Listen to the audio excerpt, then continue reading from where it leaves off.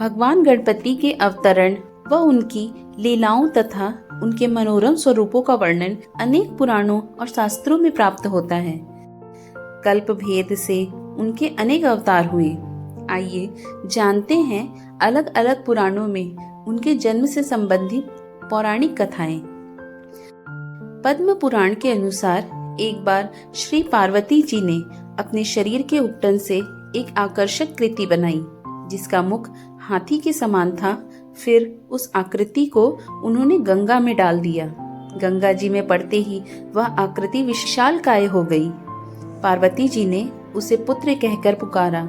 देव समुदाय ने उन्हें गांगे कहकर सम्मान दिया और ब्रह्मा जी ने उन्हें गणों का आधिपत्य प्रदान करके गणेश नाम दिया।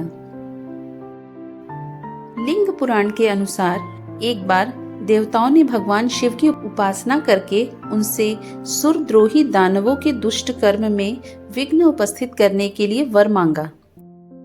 आशुतोष शिव ने तथास्तु कहकर देवताओं को संतुष्ट कर दिया। समय आने पर गणेश जी का प्राकट्य हुआ।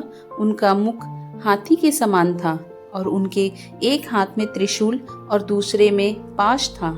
देवताओं ने पुष्प वृष्टि करते हुए गजानन के चरणों में बार बार प्रणाम किया। भगवान शिव ने गणेश जी को दैत्यों के कार्य में विघ्न उपस्थित करके देवताओं और ब्राह्मणों का उपकार करने का आदेश दिया। प्रजापति विश्वकर्मा की रिद्धि सिद्धि नामक 2 कन्याएं गणेश जी की पत्नियां हैं। सिद्धि से शुभ और रिद्धि से लाभ नाम के 2 कल्याणकारी पुत्र हुए। गणेश चालीसा में वर्णित है, एक बार माता पार्वती ने विलक्षण पुत्र प्राप्ति हेतु बड़ा तप किया। जब यज्ञ पूरा हुआ तब श्री गणेश ब्राह्मण का रूप धरकर पहुँचे। अतिथि मानकर माता पार्वती ने उनका सत्कार किया। श्री गणेश ने प्रसन्न होकर वर दिया कि माते, पुत्र के लिए जो तप आपने किया है उससे आपको विशिष्ट बुद्धि वाला पुत्र बिना गर्भ के ही प्राप्त होगा। वह गणनायक होगा, गुणों का खान होगा। कहकर वे अंतर्ध्यान हो गए और पालने में बालक का स्वरूप धारण कर लिया।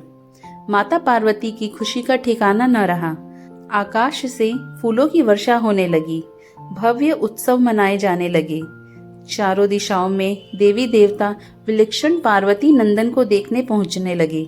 शनि देव भी वहां पहुंचे, लेकिन वे अपने दृष्टि अवगुण की वजह से बालक के सामने जाने से बचने लगे। माता पार्वती ने आग्रह किया कि क्या शनि देव को उनका उत्सव और पुत्र प्राप्ति अच्छी नहीं लगी। संकोच के साथ शनिदेव सुंदर बालक को देखने पहुंचे, लेकिन यह क्या, शनिदेव की नजर पड़ते ही बालक का सिर आकाश में उड़ गया। माता पार्वती विलाप करने लगी। कैलाश में हाहाकार मच गया। हर तरफ यही चर्चा होने लगी कि शनि ने पार्वती के पुत्र का नाश किया है। तुरंत भगवान विष्णु ने गरुड़ देव को आदेश दिया कि जो भी पहला प्राणी नजर आए उसका सिर काट कर ले आओ। उन्हें रास्ते में सबसे पहले हाथी मिला। गरुड़ देव हाथी का सिर लेकर आए। बालक के धड़ के ऊपर उसे रखा। भगवान शंकर ने उन पर प्राण मंत्र छिड़का। सभी देवताओं ने मिलकर उनका गणेश नामकरण किया और उन्हें प्रथम पूज्य होने का वरदान भी दिया। इस प्रकार श्री गणेश का जन्म हुआ। 12 पुराण के अनुसार भगवान शिव पंच तत्वों से बड़ी तल्लीनता से गणेश का निर्माण कर रहे थे। इस कारण गणेश अत्यंत रूपवान व विशिष्ट बन रहे थे। आकर्षण का केंद्र बन जाने के भय से सारे देवताओं में खलबली मच गई। इस भय को भांप शिवजी ने बालक गणेश का पेट बड़ा कर दिया और सिर को गज का रूप दे दिया। यह कथा शिव पुराण से है। इसके मुताबिक देवी पार्वती ने अपने उपटन से एक पुतला बनाया और उसमें प्राण डाल दिए। उन्होंने इस प्राणी को द्वारपाल बनाकर बैठा दिया और किसी को भी अंदर न आने का आदेश देते हुए स्नान करने चली गई। संयोग से इसी दौरान भगवान शिव वहां आए। उन्होंने अंदर जाना चाहा, लेकिन बालक गणेश ने रोक दिया। नाराज शिव जी ने बालक गणेश को समझाया, लेकिन उन्होंने एक ना सुनी। क्रोधित शिव जी ने त्रिशूल से गणेश का सिर काट दिया। पार्वती को जब यह पता चला कि शिव ने गणेश का सिर काट दिया है तो वे कुपित हो गई।